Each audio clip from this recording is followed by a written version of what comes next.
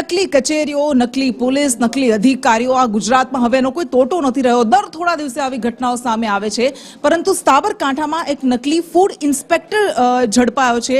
આ નકલી food inspector જે કરિયાણાની દુકાનોમાં જતો હતો, દામદાટી આપતો હતો, એમની પાસેથી રૂપિયા ઉઘરાવતો હતો, પરંતુ એક દુકાનદારને શંકા ગઈ અને આ નકલી ફૂડ ઇન્સ્પેક્ટરનો ભાંડો ફૂટી ગયો છે।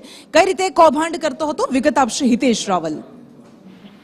જી કૃષ્ણ, સમગ્ર મામલો જ્યારે કરિયાણાની એક દુકાનમાં જ્યારે વેપારી ને ત્યાં પોતે ફૂડ ઇન્સ્પેક્ટર બનીને તડકડ રચ્યું હતું અને તપાસ દરમિયાનમાં તેને અલગ અલગ જે વાતચીતમાં ક્યાંક શંકા જતા તેને શંકા બાદ વેપારીએ પોલીસને બોલાવી હતી અને પોલીસના તપાસમાં નકલી જે અધિકારી હોવાનું બહાર આવ્યું હતું। જ્યારે બહાર નીકળતા આજુબાજુના લોકો તાત્કાલિક દોડી આવ્યા હતા અને મેથી પાક ચખાડ્યો હતો અને તાત્કાલિક પોલીસે પોલીસ સ્ટેશન લઈ જઈને આગળની તપાસ હાથ ધરી હતી।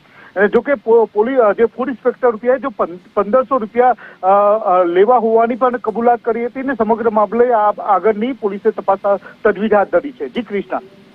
જી બિલકુલ હિતેશ, આભાર આપનો। તો સાબરકાંઠાનો આ નકલી ફૂડ ઇન્સ્પેક્ટર જે ઝડપાઈ ગયો છે, સીસીટીવીના ફૂટેજ પણ સામે આવ્યા છે। 1500 રૂપિયા દુકાનદારે આપી પણ દીધા હતા, પરંતુ જેવો તેનો ભાંડો ફૂટ્યો એટલે લોકોએ એને મેથી પાક ચખાડ્યો હતો। પરંતુ આવા લોકો વારંવાર ઝડપાય છે। નકલી અધિકારીઓ, નકલી કચેરીઓ, નકલી અદાલતો સુદ્ધા ગુજરાતમાં ઝડપાઈ ગઈ છે અને તેમ છતાં પણ એમનામાં કોઈ ખોફ નથી। એ બિંદાસપણે આવી કામગીરી કરતા રહે છે, લોકોને ઠગતા રહે છે।